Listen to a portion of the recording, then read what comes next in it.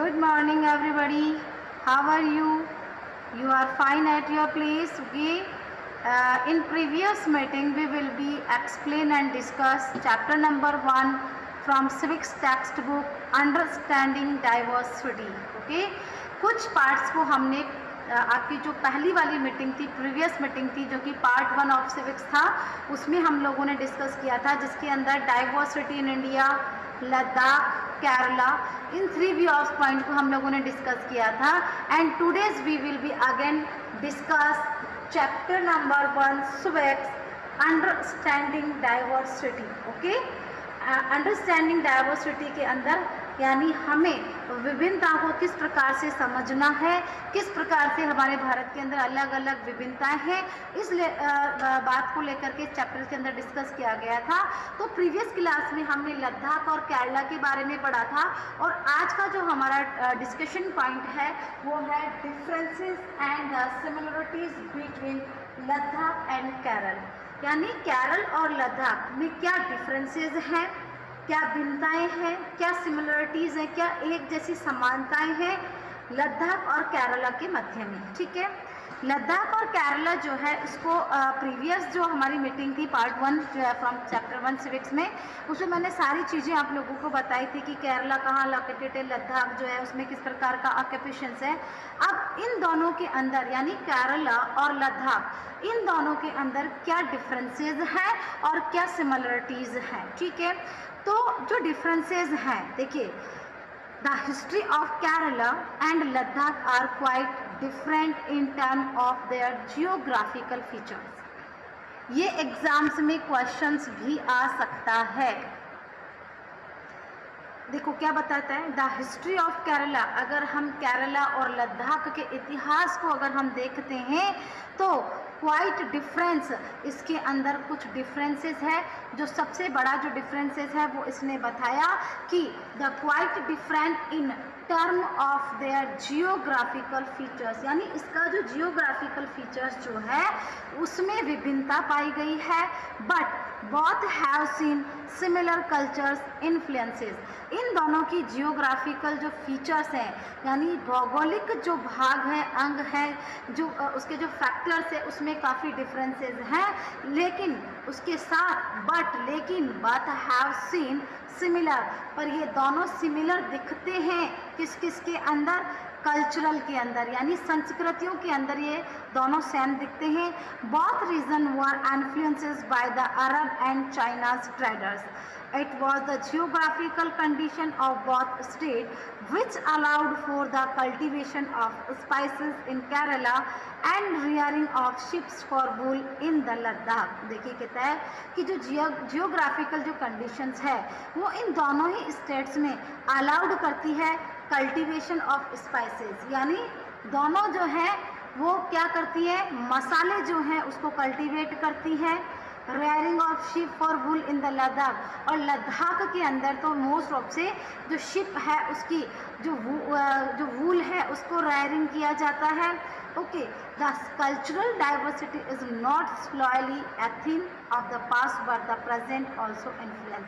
हमारी संस्कृति में विभिन्नताएं हैं, वो केवल पास्ट में ही नहीं थी, प्रेजेंट में भी ऐसी विभिन्नताएं हमको देखने को मिलती है. We move from one place to another in search of better opportunities. इसके लिए हमको एक स्थान से दूसरे स्थान पर भ्रमण करना होगा ताकि हमको इसके काफ़ी अच्छे अवसर जो हैं वो प्रदान प्राप्त हो सके. With each move our cultural traditional and way of life slowly become a part of new place we are in.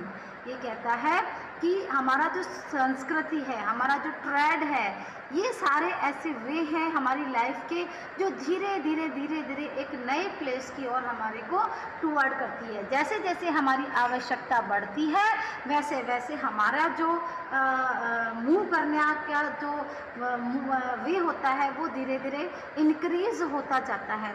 Similarity in our own neighbourhoods, we live close to people from various communities. अगर हम similarities की बात करें और neighbourhood हमारे पड़ोस में ही हम देखते हैं जो हमारे बिल्कुल क्लोज रहते हैं, वेरियस कम्युनिटीज़, अलग अलग कम्युनिटीज़, विभिन्न प्रकार की कम्युनिटीज़ के जो लोग हैं वो हमारे पड़ोस के अंदर रहते हैं. ठीक है। And on daily lifes are about way which we do things together and listen to stories about each other lifes customs and traditional.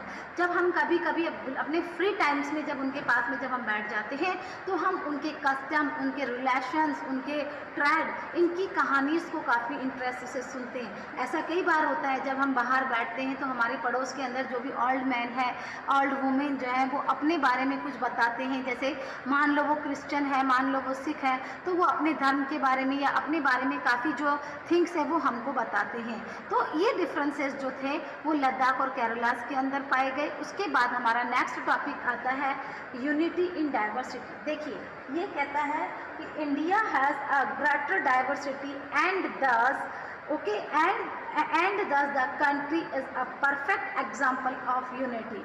यानी कहता है भारत जो है हमेशा से भारत जो है एक विविधताओं का देश रहा है, लेकिन विविधताओं का देश रहते हुए भी इसमें एकता है।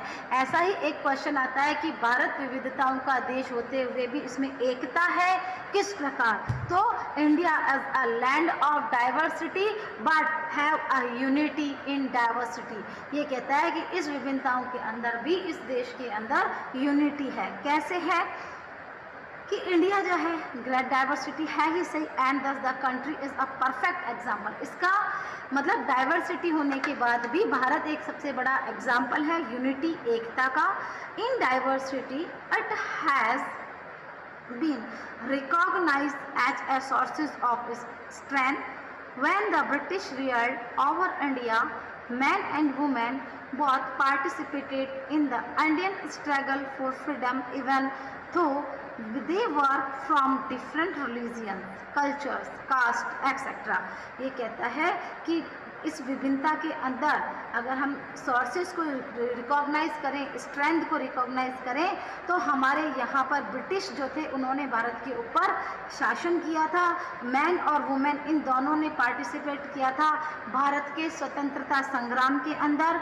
इवन तो यहाँ तक कि डिफरेंट रिलीजियस, कल्चर, कास्ट, इनसे संबंधित कस्टम, इनसे रिलेटिव व्यक्ति भी जो है इंडिया के फ्रीडम स्ट्रगल्स के अंदर जो है उन्होंने साथ दिया एवरीवेयर, यानी भारत के प्रत्येक भाग में।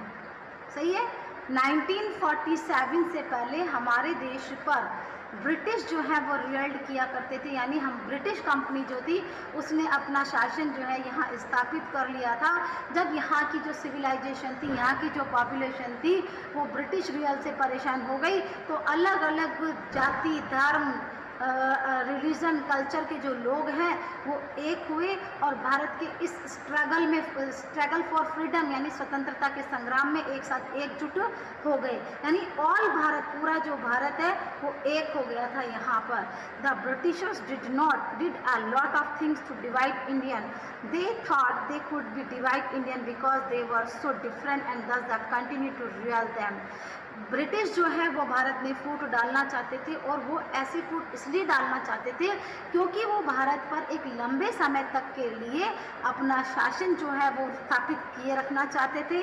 But Indian sure that though they were the different, they were united in their fight against the British. लेकिन भारतीयों ने उनको बता दिया कि हम जो हैं वो बिल्कुल अलग हैं। क्यों हम अलग क्यों हैं? क्योंकि हमारे यहाँ पर यूनाइटेड, हम जो है एक हैं, हम में एकता है, इसलिए और हम जो है ब्रिटिश के अगेंस्ट जो है फाइटर हैं। तो ऐसा कह कर के इस शब्द से ऐसा क्लियर स्पष्ट होता है कि भारत जो है वो विविधताओं में एकता का देश था। They worked together to the decide join the action.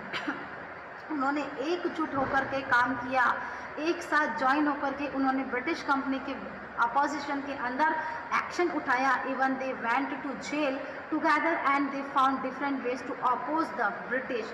उन्होंने ब्रिटिश का विरोध करने के लिए वो लोग जेल भी गए, एक साथ मिलकर के जेल गए, बहुत सारी यातनाओं को उन्होंने एक साथ मिलकर के सहन किया। उसके बाद in Pandit Jawaharlal Nehru book the discovery of India, यानी डिस्कवरी ऑफ इंडिया नामक एक बुक थी जो कि जवाहरलाल नेहरू के द्वारा लिखी गई थी। ही सेड, उसमें उन्होंने कहा that Indian unity is not something. अभी निकालूंगी। in Pandit Jawaharlal Nehru's books that Discovery of India, he says that Indian unity is not something imposed from the outside but rather, ये कहता है कि भारत की जो यूनिटी है वो इम्पोज नहीं है, आउटसाइड नहीं है, वो बाहर नहीं है, it's sometime deeper in with in fold, उन्होंने अपने अंदर बहुत आंतरिक रूप से फोल्ड कर रखी है। The widest tolerance of the believe that the custom of the practiced and every variety is acknowledged and even encouraged. Nehru pointed to perhaps unity in diversity and described in, इसलिए भारत को विविधताओं में एकता का देश कहा गया। इस शब्द को पंडित जवाहरलाल नेहरू जो है उन्होंने डिस्क्राइब किया था। ठीक है, अब यहाँ आता है हमारा एक शब्द डाइवर्सिटी और यूनिटी। डाइवर्सिटी और यूनिटी को समझना बहुत ज़रूरी है।